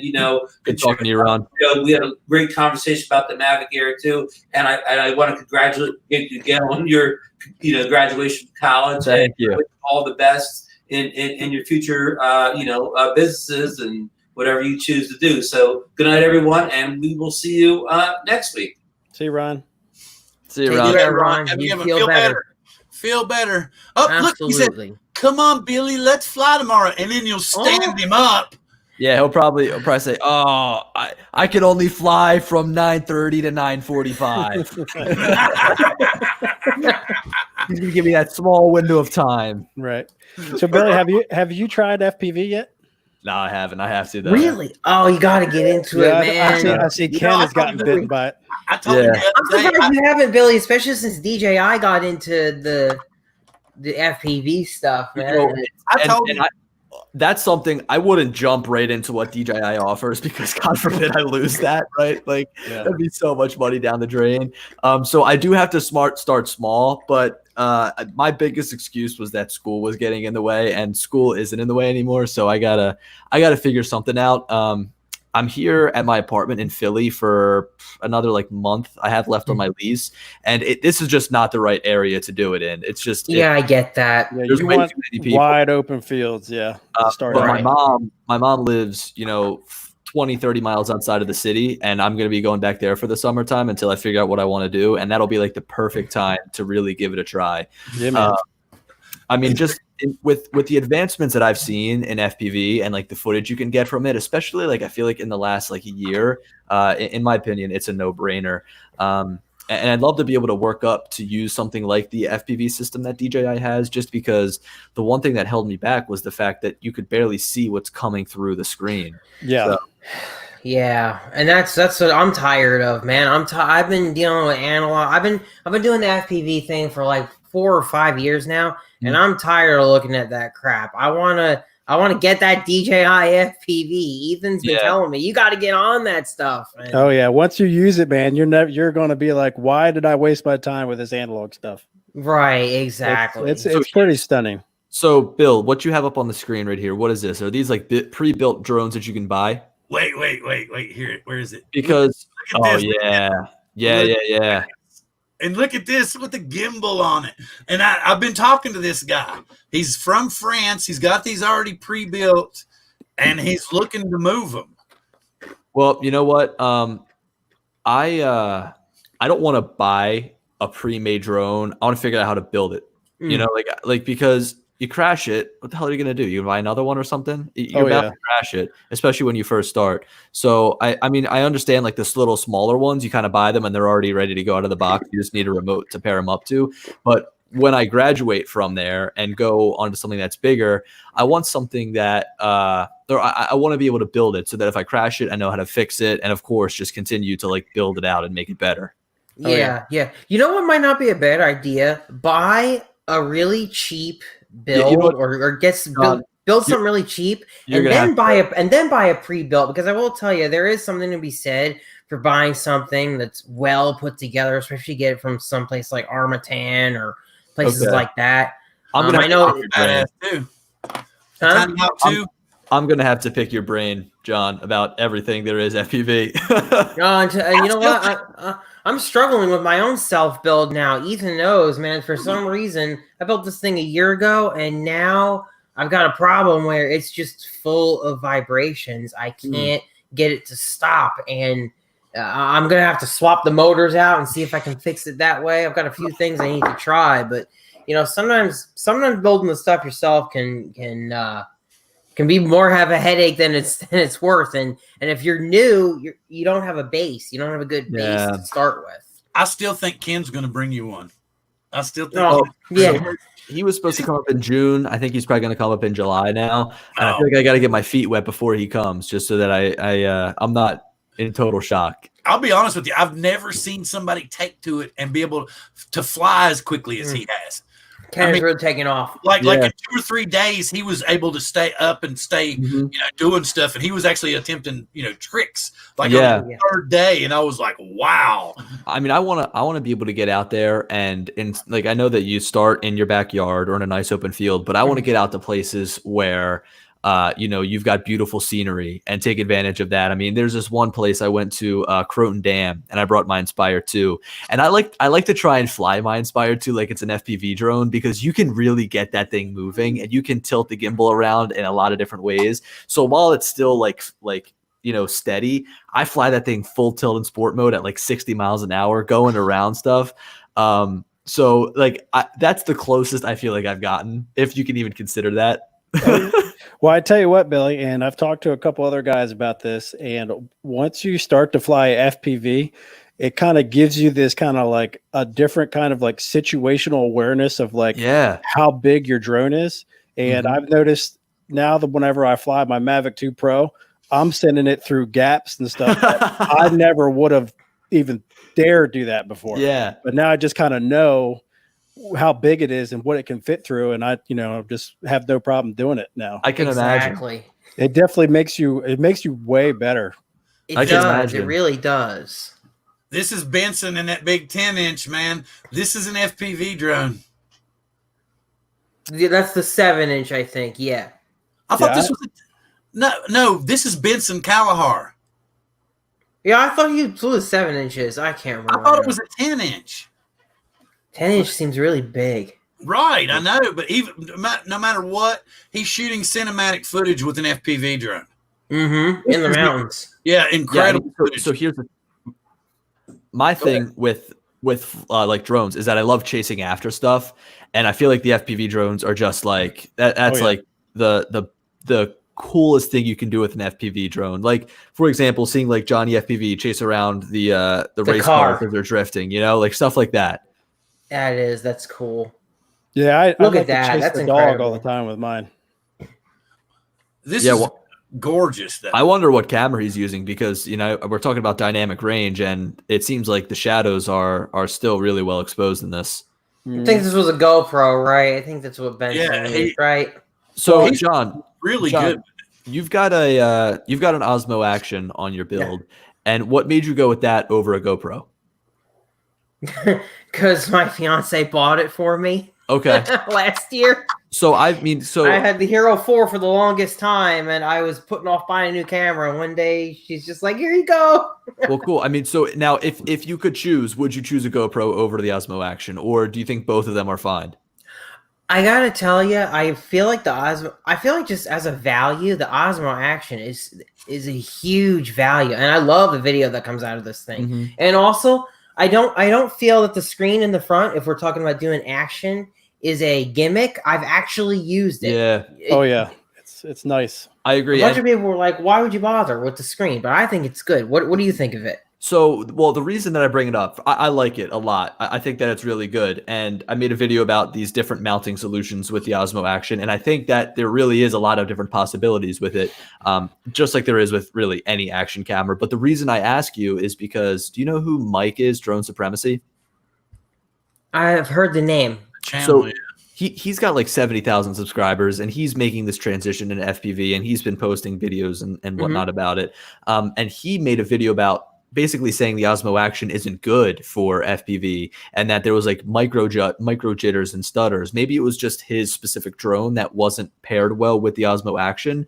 But I've got a GoPro Hero 5. That's the most recent GoPro I have, but I also have the Osmo Action. So I'm sitting there thinking, do I need to buy a new GoPro to actually make it work? I'll obviously try the Osmo Action first, but I can chime in on this because I've got. Yeah, I want to hear what Ethan has to say. I've got both of them. I've flown both the GoPro Hero 7 and the Osmo Action a lot.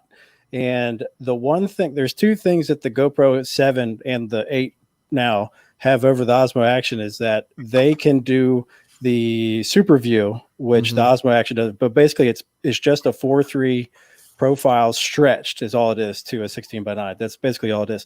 So you can actually film with the Action in 4K 3x4 at 30 frames a second with the automatic shutter, and you can stretch it to look just like Super View. It looks just as good. Plus you got DCine-like and everything. The one thing where he said micro jitters, I've noticed I've seen micro jitters whenever you do a snap roll with the Osmo Action. It's almost like the gyro is just a little behind what the drone is actually doing. But I only notice it when I'm doing like a quick snap roll or something like that. If you're just cruising or doing like a backflip, you'll never see it. Okay. See, I've not flown with my Osmo yet on any of my drones because, I just got the mount from him. So I wonder if, because DJI is taking this heavier dive into FPV, if they'll eventually make Rocksteady better and work better with an FPV system. What I hope is that they put the DJI FPV system, the original air unit. I hope they put onboard 4K recording with Rocksteady all built into that, so you don't even have to carry the GoPro. That would be awesome. The day that we don't have to carry this heavy crap on our drones, that will be the best. Oh my God, I would, because right now you can film in 4.3 with the air unit, films in onboard the DVR, films in 1080p, 60 frames a second. And you can change between 3 different profiles, and you can change the exposure up and down. It doesn't have shutter speed or ISO or anything like that. But if you got a smooth, like, flying quad, it looks pretty good. Yeah. So, and if you're not carrying a GoPro, your quad feels completely different. I mean, I bet it's a beast. I bet. Well, not to mention they have good 1080p recording out of the FPV system from DJI now, right? I mean, it's a much better video quality than what you get with like the analog recorder. Oh yeah, I think even the goggle recording, the 720p 60 frames a second that you get from the goggles, I think that looks great. Yeah, that's why I want to get it, man. I got to get it. I guess I don't know what it's built off of, what platform, but regardless, if they use the same technology they do with OcuSync 2, it's going to be a home run. Oh yeah, because OcuSync 2 in like these drones is just so good. Like there's no breakup at all. So I don't think it uses OcuSync 2, but it does, whatever it does use has to be pretty damn decent. Yeah, I mean, you're doing the video feed and the RC controls through the same link. So I mean, it's really good. Mm-hmm. Although you don't use the DJI controller, right, Ethan? You're a Crossfire man. Yeah. Yep. Yeah. Same for me. I'll have my Crossfire any day now. Any day now. If I was to start from scratch, like if DJI was out when I first got into it, I probably would have gone the DJI remote route just because of simplicity. Yeah, I could see that. See, Billy will be right at home with the DJI remote. It's just like an S2 remote. That's right. What it pretty much looks like. Now, I saw Ed Ricker made a video. Is the Smart controller compatible? I don't think it is. It's not to control, but you use the Smart controller to connect to your DJI goggles, so you can so you can broadcast or display it to a big screen or something. Mm-hmm. Okay. Yeah. So other people can see what you're doing, or Yeah, it makes sense. Well, I can tell everybody's kind of at that. Everybody's got some things to do. And I can see some people are telling us good night. So I figured it would probably be a good time for us to wind things down. Peace out. So I will let Mr. Kyle, since I'm very grateful for you coming on again tonight, you can tell everybody your good evening, sir, and then I'll pass it around the room to whoever you throw it to next. Yeah, guys. Hey, thank you for having me on. It was a blast. It's been probably a couple years since I've been on this show. So yeah, thanks again for having me on. It was great talking about some FPV stuff with John and Ethan, and you guys kind of gave me the kick in the butt I think I needed to get started. Yes. So, we'll get started on that in probably a couple of weeks here. So thanks again. I'll give it to John. Thanks, Billy. Yeah, that was great. It was great to see you on here again, man. I really hope you do get into FPV. Feel free to pick Ethan or I's brains as much as you need for that, because I'm gonna do that. Ethan's the DJI man. He's actually got the system. So and the video guy. Oh my God, look at my hair! Look at my hair. It's all a freaking mess. I'm sorry I came in a little late. I was glad to be on though. Anyway, with all you guys, and this is a good thing that we're doing here. Support your local drone channel. All of us. Sorry. That's fine. Hey, go ahead. You know what? I'm going to toss it over to Ethan now. All right. Hey, guys. Well, thanks, everybody, for coming out. Sorry I was late, but I'm glad to see everybody. It's always a pleasure to chat with everybody. I want to thank Billy for coming on. It was great meeting him and chatting with him tonight. Can't wait to meet him again and talk drones. And Bill, thanks for having us on again. And with that, I'll just throw it back to Bill. Okay, and I wanted to give everybody a shout out. So we've got everything worked out, and next week we're going to have Danny Tomas on like we were planning to a couple of weeks ago, but he had a family emergency that came up. He lost a family member very dear to him. So, but we were all ready to go, and next week we're going to have him on. He's going to go over with us the importance of music in video. We're going to look at some of his videos, some of his techniques. Danny's done a lot of work in the Latino community, so we're going to try to spread our wings a little bit and get a little more information out with those and share his channel with everybody. And with that being said, I'm grateful for everybody to come in every week. Please join us again next week and bring friends. Live long and prosper. Bye, everybody.